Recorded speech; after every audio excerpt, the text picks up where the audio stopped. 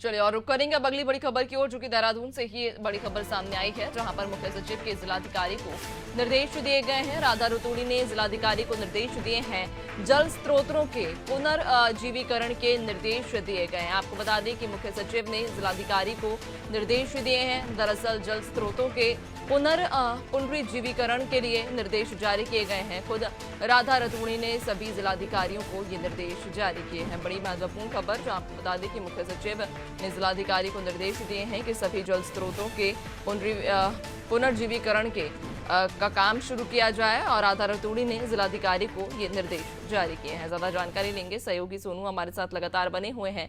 सोनू, राधा रतूड़ी ने जिलाधिकारी को निर्देश दिए कि सभी जल स्रोतों का पुनर्जीवीकरण किया जाए।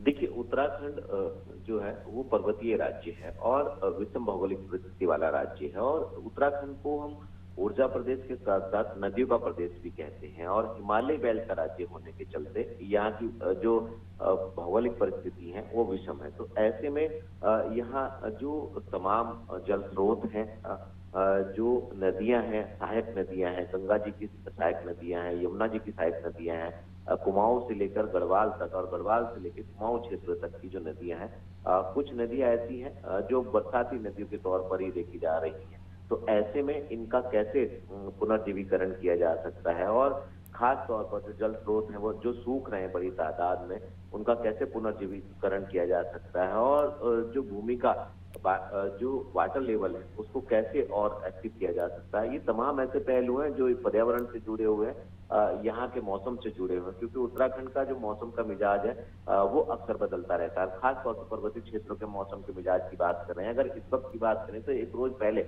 जो विश्व प्रसिद्ध बद्रीनाथ धाम है, बद्रीनाथ धाम के जो ऊंचाई वाले पर्वतीय क्षेत्र हैं इस एरिया के, वहां पर बर्फबारी हुई, और कई ऐसे इलाके हैं जो सिखों का पवित्र धार्मिक स्थल है हेमकुंड साहिब, उसके जो पास के जो पर्वतीय क्षेत्र है वहां पर बर्फबारी हुई। तो एक तरफ तो यात्रा की व्यवस्थाओं को बेहतर किया जा रहा है, और दूसरी तरफ जो है सरकार इस पर फोकस कर रही है कि जो यहाँ पर नदियां सूख रही हैं, जो जल स्रोत कम हो रहे हैं, इसके दायरे को कैसे बढ़ाया जा सकता है, कैसे पुनर्जीवित किया जा सकता है। इसी की गंभीरता को देखते हुए मुख्य सचिव ने सभी जिला के जिलाधिकारियों को दिशा निर्देश दिए हैं, और साफ तौर पर ये कहा है कि इसको गंभीरता से लेना होगा, और इसके पुनर्जीवीकरण का जो एक्शन प्लान है वो अधिकारियों को, मुख्य सचिव को देना होगा, और उसके बाद फिर इस पे आगे कैसे इसका इम्प्लीमेंट किया जा सकता है, इस पर शासन स्तर पर फोकस किया जाए।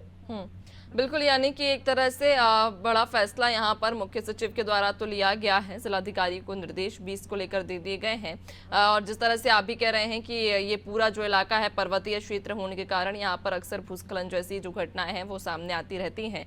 जल स्रोतों के अगर हम पुनर्जीवीकरण की बात करें तो कब से ये काम शुरू होगा, और इसको लेकर क्या डेडलाइन रखी गई है?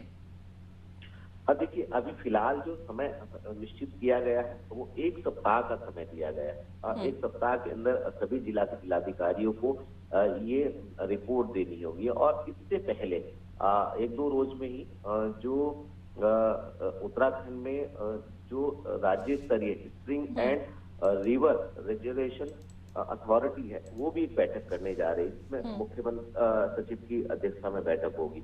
तो निश्चित तौर पर कहीं ना कहीं शासन सरकार इसको गंभीरता से ले रहा है, और इसकी गंभीरता का इसी से अंदाजा लगाया जा सकता है कि जब भी कोई रिपोर्ट कहीं भी जिलों से मंगाई जाती है तो निश्चित तौर पर उसमें वक्त लगता है, लेकिन यहाँ पर जिलाधिकारियों को महज 1 सप्ताह का समय दिया गया, और उससे पहले एक बैठक जो है वो आयोजित होनी है।